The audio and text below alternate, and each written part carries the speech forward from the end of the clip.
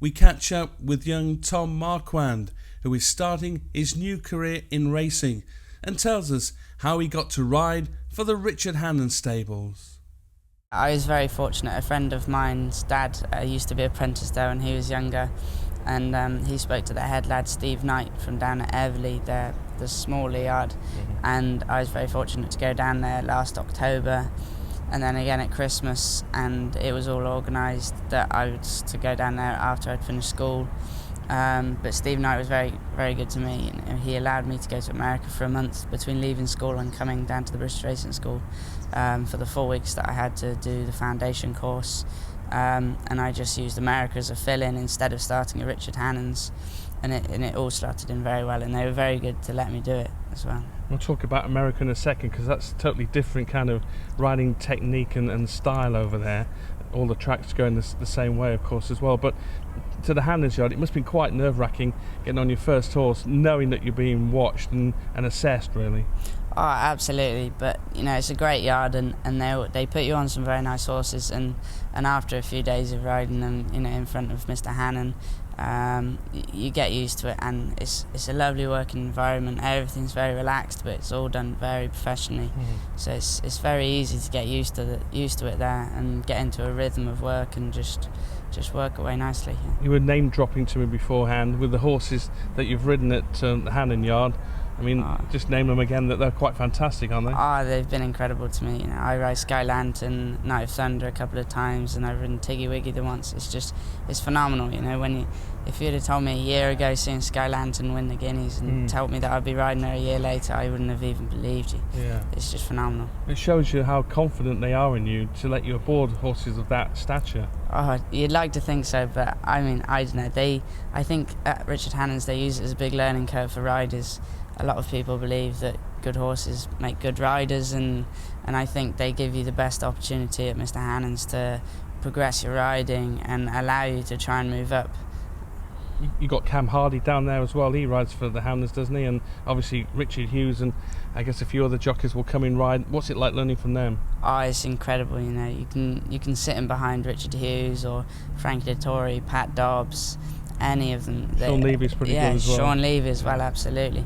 And they all come in to ride out, and you're sitting behind them, working upsize them, and you just take little bits from what they do and take the bits that you like and that you're physically able to do with your body shape, and it does help a lot just being able to watch them ride. Yeah.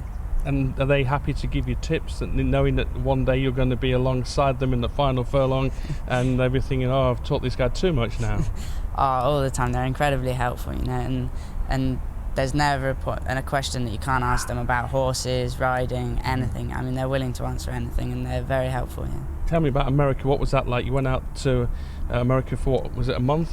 Yeah, it was a month. I spent about 10 days in Belmont, and the rest of my time in Saratoga with Tom Morley, and it's incredible. I learned so much out there. Did they teach you more of the timing aspect of getting the furlongs right?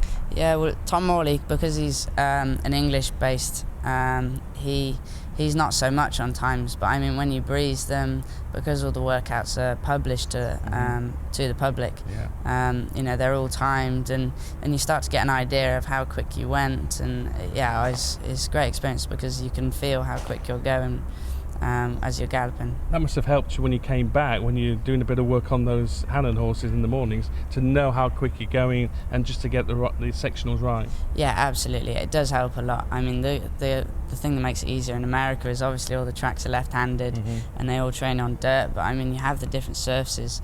Belmont is a lot deeper than the likes of Saratoga. Right. It's a lot harder work for them there, and it takes a lot more of a horse to get through the track at Belmont.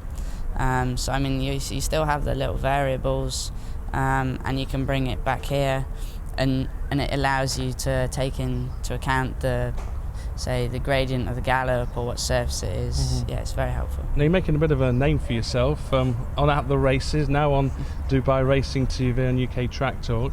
How long do you think it's going to be before it all fits into place and we can see you out on track?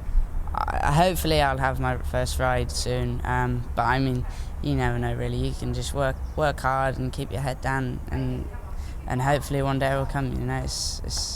It's a hard thing, and you can't just expect it to come at the click of a finger, so you've got to work hard for it, and I respect that, and obviously that's what I'm planning to do. And how old are you now? I'm 16 now. You're 16 as well. You're so more mature thinking-wise than I ever was when I was 16, probably even 21.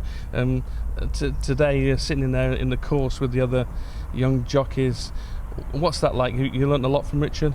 Yeah, he's very helpful, being an ex-jockey, also coming from Mr. Hannon himself when he was apprentice and professional jockey. He knows exactly what I'm going through, how Mr. Hannon thinks about horses, and the way everything is done there. So he's been a great help to me. I can ask him anything about anything, from horses to personal things. It's a brilliant thing.